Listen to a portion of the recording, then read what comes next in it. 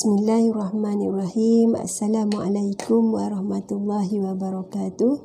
Alhamdulillahi rabbil alamin. Wassalatu wassalam ala asyrafil anbiya'i wal mursalin wa ala alihi wa sahbihi ajma'in. Rabbi shrah li sadri wa yassir li amri wahlul 'uqdatam min lisani yafqahu qawli. Amma ba'd. Alhamdulillah, syukur kita kepada Allah Subhanahu Wa Taala, dengan izinnya kita bertemu sekali lagi di TV UniKH dalam segmen Tazkirah Pagi. Pada kali ini insya-Allah saya akan kongsikan tentang ibadah korban. Semoga apa yang dikongsikan ini beroleh manfaat untuk kita semua.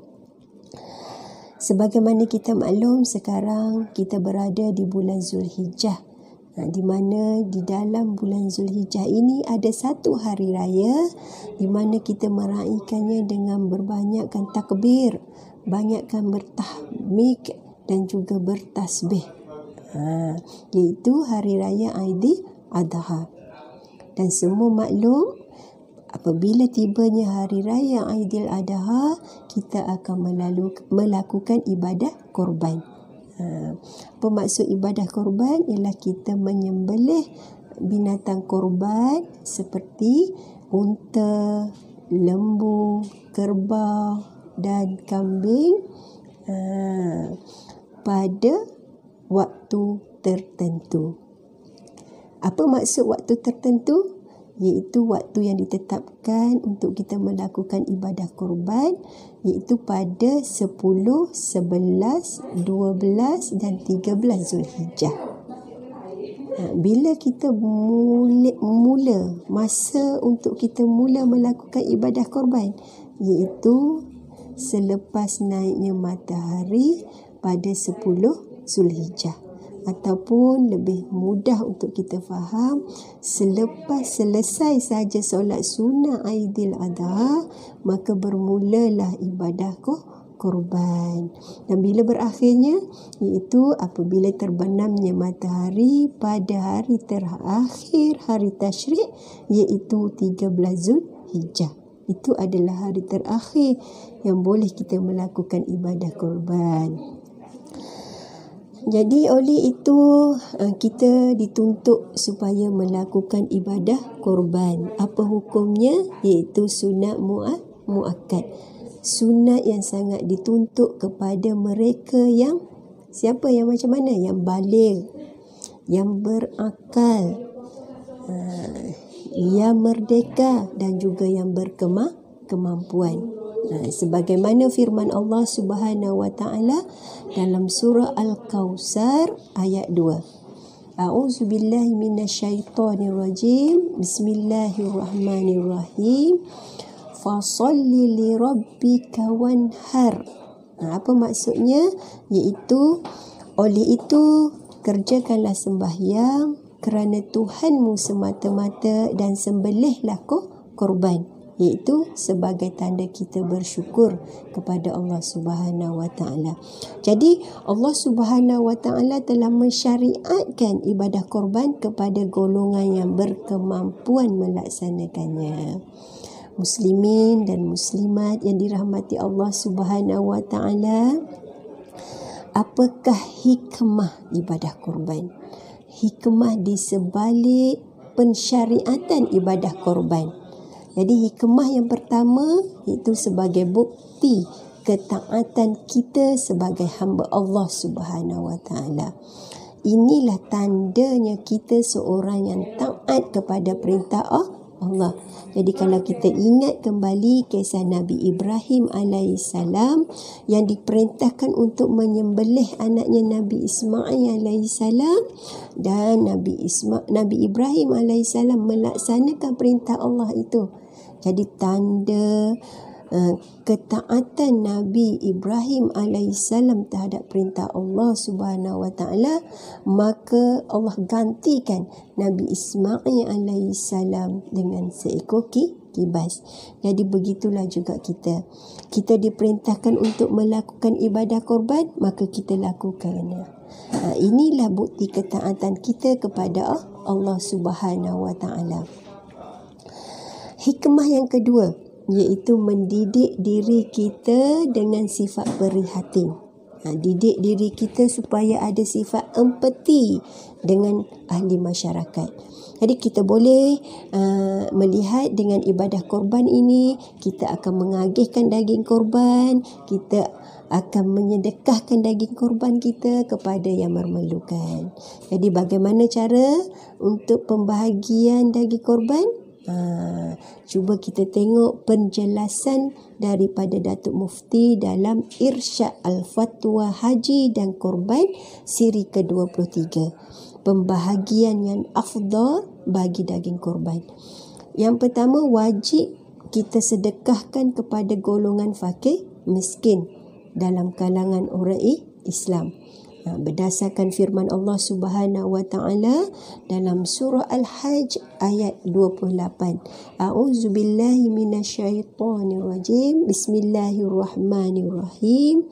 Fakulu minha wa at'imul ba'isal faqir. Maksudnya, dengan demikian makanlah kamu dari daging binatang korban itu dan berikanlah makan kepada orang yang susah, orang yang fakir dan juga orang miskin.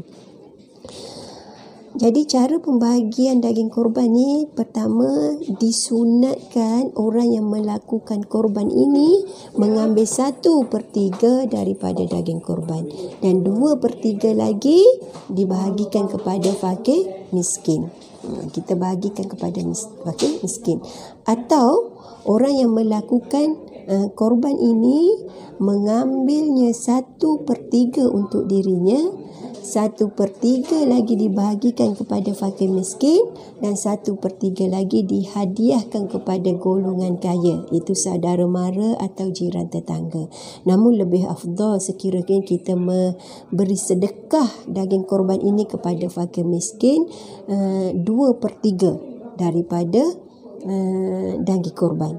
Kita tak perlu bagi kepada golongan kaya. Namun dalam penjelasan Datuk Mufti, yang lebih afdal ialah seorang yang melakukan korban tersebut menyedekahkan keseluruhan daripada daging korban. Mereka hanya memakan sedikit sahaja daripadanya sebagai sekadar mengambil berkat sahaja, sekadar mengambil berkat. Jadi apabila kita menyedekahkan daging kepada yang memerlukan, dapat menjauhkan diri kita daripada sikap mementingkan diri sendiri. Kita makan sedikit sahaja itu kerana kita mengikut sunnah Rasulullah sallallahu alaihi wasallam. Hikmah yang ketiga. Hikmah yang ketiga, mendidik diri mengikis sifat tamak. Apabila dapat mengikis sifat tamak, maka akan wujudlah sifat murah hati. Kita menjadi seorang yang pemurah. Jadi sebagaimana kita maklum, harta yang Allah kurniakan, harta yang Allah rezekikan kepada kita ini, ada rezeki orang lain di dalamnya.